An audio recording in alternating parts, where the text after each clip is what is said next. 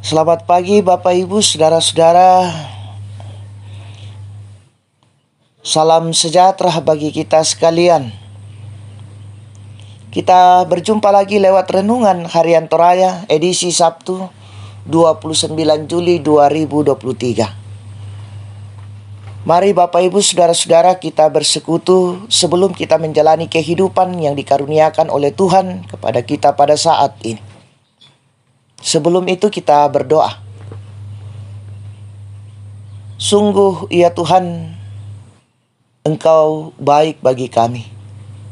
Kasih-Mu tak pernah berhenti, anugerah-Mu Engkau nyatakan di dalam kehidupan kami.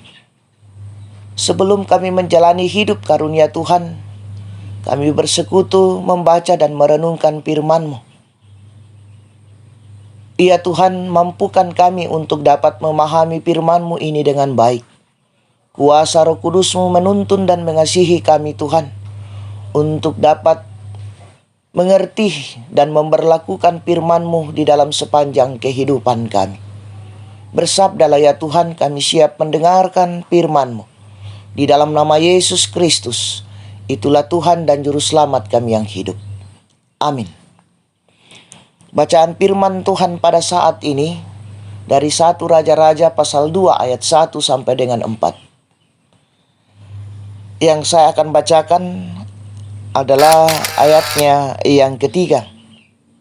Lakukanlah kewajibanmu dengan setia terhadap Tuhan Allah-Mu, dengan hidup menurut jalan yang ditunjukkannya, dan dengan tetap mengikuti segala ketetapan, perintah, peraturan, dan ketentuannya, seperti yang tertulis dalam hukum Musa, supaya engkau beruntung dalam segala yang kau lakukan dan dalam segala yang kau tuju. Judul renungan kita di pagi ini, supaya engkau beruntung. Saudara-saudara, pernahkah Anda menyaksikan orang yang menjelang ajal? Jika masih sempat berpesan, maka semua yang ada di sekitar orang yang akan meninggal itu akan mendengar saksama dan berjanji akan memenuhi pesan terakhir tersebut.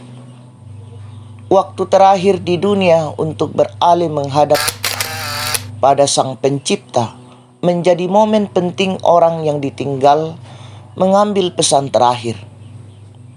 Tidak jarang orang yang mendengarkan akan menganggap pesan itu sebagai sesuatu yang sakral dan wajib untuk dipenuhi. Saudara-saudara, Salomo diberi pesan untuk tetap yakin dan berani melakukan perintah Tuhan, taat pada hukum Tuhan. Dan Daud menyatakan bahwa Tuhan sendiri yang akan menepati janjinya. Salomo akan beruntung dan tidak pernah terputus memerintah takhta Israel. Saudara-saudara, Daud sendiri sudah ditempa oleh Allah melalui berbagai pengalaman pahit dan menyakitkan. Sekalipun Daud merasakan perlindungan serta kesetiaan Allah bagi dirinya, perikop ini hendak menyatakan bahwa berkat Tuhan tidak bergantung pada keadaan-keadaan yang dialami.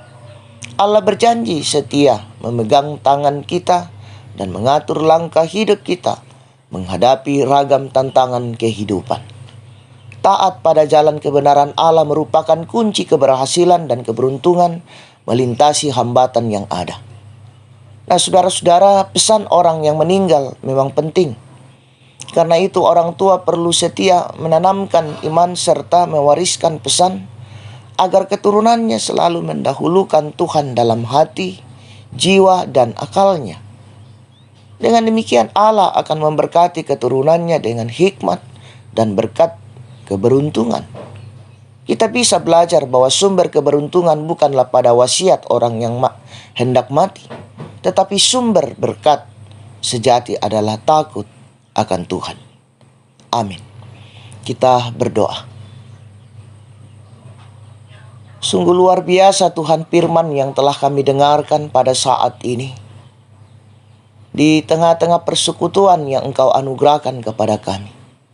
Mampukan kami Tuhan untuk senantiasa setia dan taat menyatakan kehendak-Mu di dalam sepanjang kehidupan ini.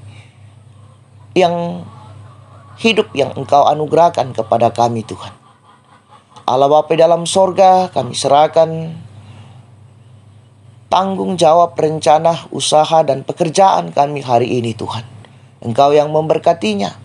Engkau yang memberikan kekuatan kepada kami, hikmat, kesehatan, untuk dapat menyatakannya di tengah-tengah kehidupan ini. Seluruh hidup kami hari ini Tuhan, kami serahkan ke dalam tangan pengasihan Tuhan. Ampunkan salah dan dosa kami. Di dalam nama Yesus Kristus, kami datang berseru kepadamu. Amin. Selamat beraktivitas, Tuhan Yesus memberkati.